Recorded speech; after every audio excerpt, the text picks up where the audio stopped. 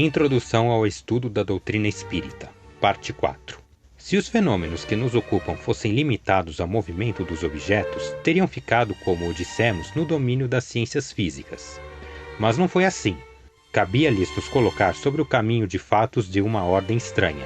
Acreditou-se descobrir, não sabemos por qual iniciativa, que o impulso dado aos objetos não era somente o produto de uma força mecânica cega, mas que havia nesse movimento a intervenção de uma causa inteligente.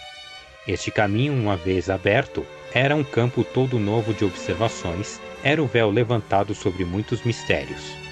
Há nisso com efeito uma força inteligente? Tal é a questão. Se essa força exigente, qual é ela? Qual é a sua natureza? Qual é a sua origem? Está acima da humanidade? Tais são suas questões que decorrem da primeira. As primeiras manifestações inteligentes ocorreram por meio de mesas, se levantando e batendo, com um pé, um número determinado de pancadas e respondendo desse modo por sim e por não, segundo a convenção a uma questão posta. Até aqui, nada que convencesse seguramente os céticos, porque se poderia crer num efeito do acaso. Obtiveram-se depois respostas mais desenvolvidas por meio das letras do alfabeto. O objeto móvel batendo um número de pancadas correspondente ao número de ordem de cada letra, chegava assim a formular palavras e frases que respondiam às questões propostas. A precisão das respostas, sua correlação com a pergunta aumentaram o espanto.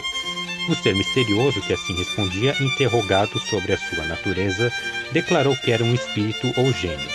Cedeu um nome e forneceu diversas informações a seu respeito. Há aqui uma circunstância muito importante a notar. Ninguém imaginou os espíritos como um meio de explicar os fenômenos. Foi o próprio fenômeno que revelou a palavra. Frequentemente faz-se nas ciências exatas hipótese para ter uma base de raciocínio. Ora, isso não ocorreu nesse caso. O meio de correspondência era demorado e incômodo.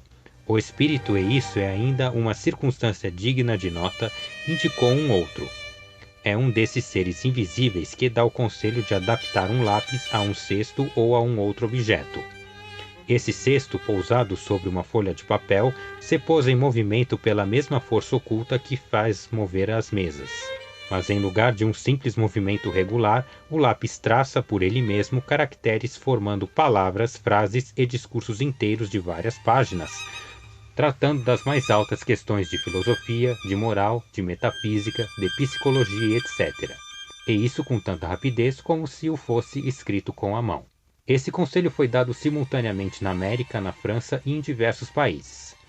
Eis em termos pelos quais ele foi dado em Paris a 10 de julho de 1853, a um dos mais ardentes adeptos da doutrina, que já há vários anos, desde 1849, se ocupava com a evocação dos espíritos. Vá pegar no quarto ao lado o pequeno cesto. Prenda-lhe um lápis. Coloque sobre o papel. Coloque os dedos sobre a borda. Alguns instantes depois, o cesto se pôs em movimento e o lápis escreveu muito visivelmente essa frase. O que vos digo aqui, eu vos proíbo expressamente de o dizer a alguém. A próxima vez que escrever, escreverei melhor. O objeto ao qual se adapta o lápis, não sendo senão um instrumento, sua natureza e sua forma são completamente indiferentes. Procurou-se sua mais cômoda disposição. É assim que muitas pessoas fazem uso de uma pequena prancheta.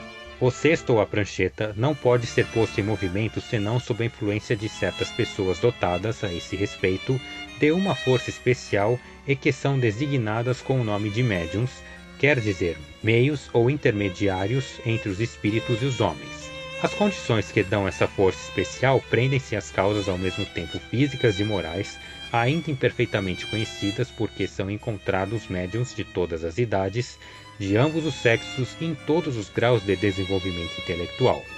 Essa faculdade, de resto, se desenvolve pelo exercício.